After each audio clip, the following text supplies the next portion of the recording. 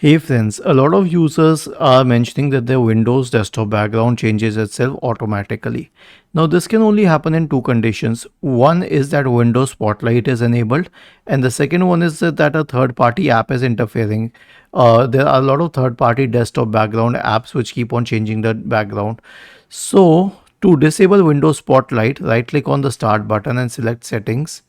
Go to Personalization, go to Themes, and then you can choose any of these static themes. Okay, and then you can also go back to personalization, go to background, make sure that the background is a picture or a solid color, but it should not be Windows Spotlight. If it's Windows Spotlight, it will keep on changing the background.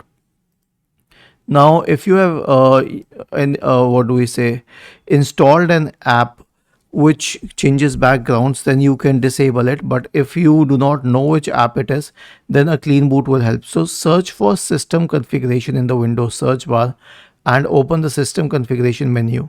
Go to the services tab, check the box associated with hide all Microsoft services. If any of the services checked, click on disable all, click on apply and then on OK, and then finally restart the computer. Was this helpful? If yes, then please subscribe to the channel, and if not, then let us know in the comment section of the video on how we could help you further.